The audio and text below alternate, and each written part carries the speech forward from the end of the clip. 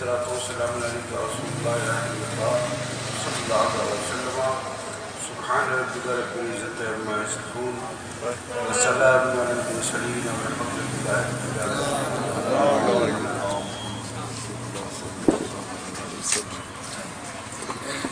الحمد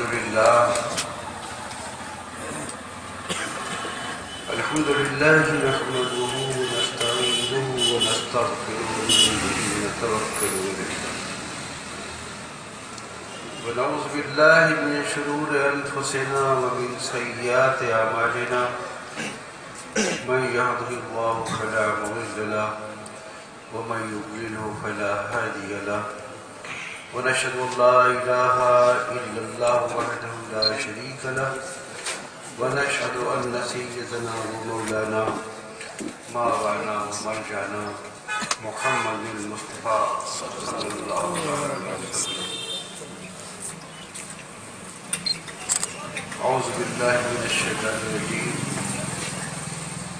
بسم الله الرحمن الرحيم۔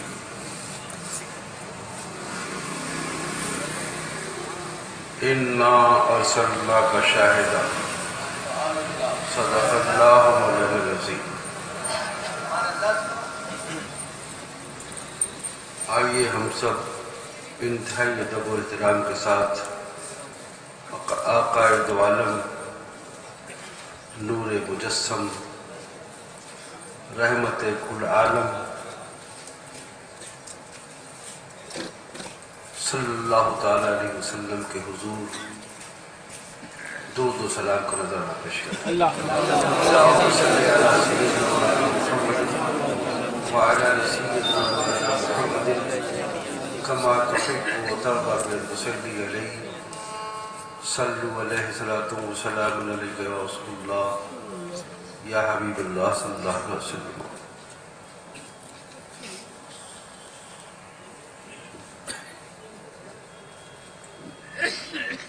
آپ کی اس محفل میں حاضر ہونے سے لے کر اب تک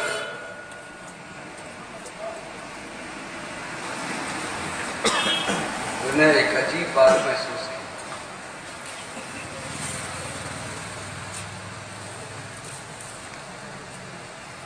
کانفرنس کا نام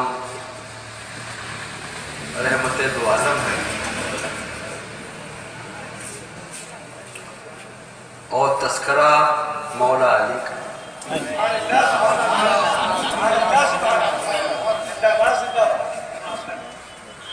ابتدا بھی علی، انتہا بھی علی۔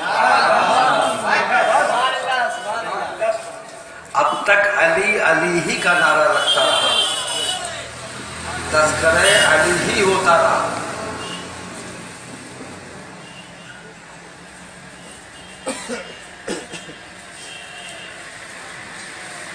رحمت عالم صلی اللہ تعالیٰ علیہ وسلم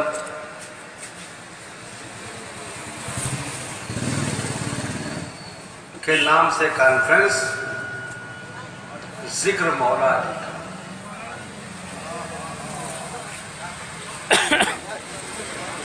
مجھے یہ بات اور بھی محسوس ہوئی کہ یہ چیز غیر ارادی طور سے ہوئی ہے، اس میں کسی کے ارادے کا کوئی دخل نہیں ہے۔ بے ساختہ اس کانفرنس میں مولا علی کا تذکرہ ہوتا ہے، ان کا نعرہ لگتا رہا، ان کی بات ہوتی رہی۔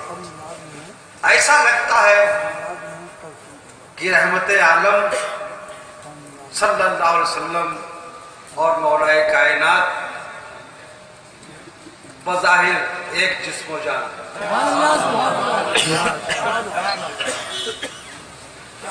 جسم مولا ہے، جان مصطفیٰ ہے۔ سبحان اللہ۔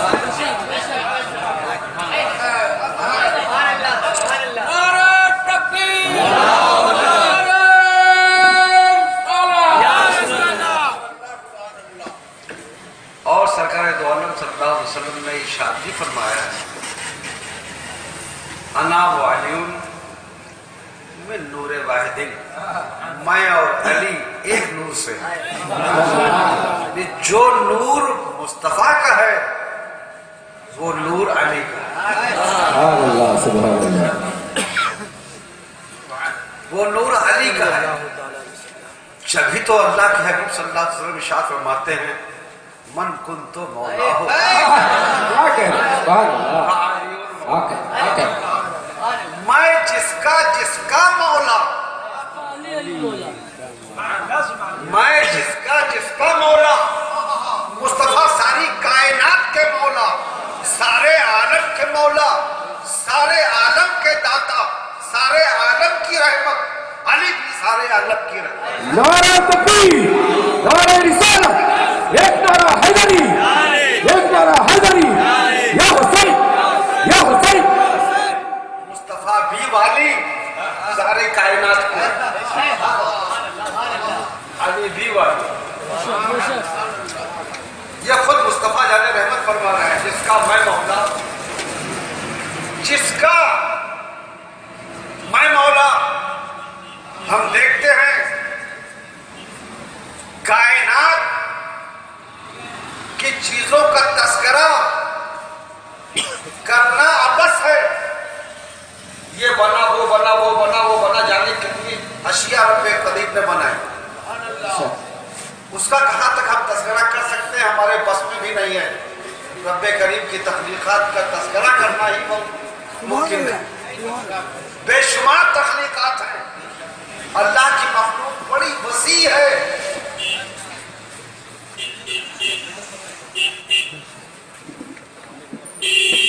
ساری مخلوقات کا کہاں تک تذکرہ کیا جائے گا؟ لفظ کائنات ہی کہہ دینا کافی. اور اس کائنات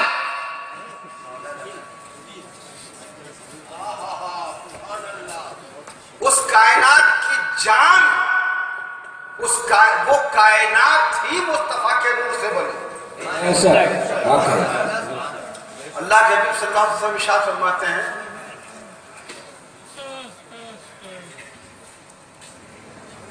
اول ما خلق اللہ نوری وکل الخلائق من نوری وانا من نور اللہ. اللہ تعالیٰ نے سب سے پہلے میرا نور پیدا فرمایا، میرے نور سے ساری کائنات پیدا فرمائی، اور میں اللہ کا نور ہوں. یہ ایک سادہ سا ترجمہ ہے. اللہ نے سب سے پہلے میرا نور پیدا فرمایا. تو اب ایک غلط فہمی کا ازالہ یہی سے ہو جاتا ہے.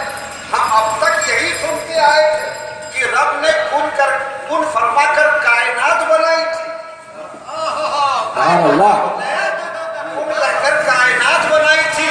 سرکار کے اس ارشاد سے معلوم ہوا کن کہہ کر کائنات نہیں بنائی تھی، کن فرما کر جانے کائنات کو وجود ہو. بے شک بے شک بے شک. سبحان اللہ سبحان اللہ.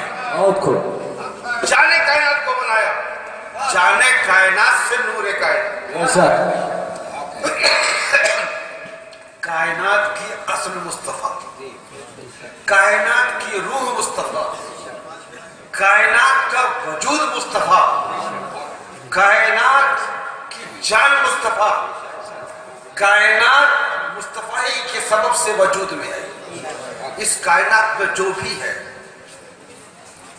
چاہے وہ ملائکہ ہو، قرآن بہشت ہو، غلمہ ہو، سب اسی کائنات میں ہے.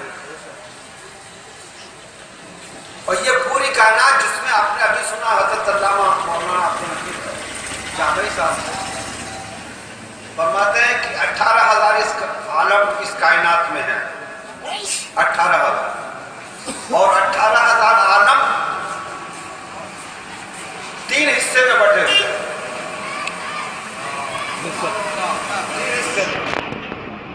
عالم ناسوت، عالم ناسوت، عالم لاہوت، عالم جبروت. ان تینوں عالموں میں 18,000 عالم سمائے ہوئے. وہ صرف ایک عالم ہے یہ جس میں ہم رہ رہے ہیں.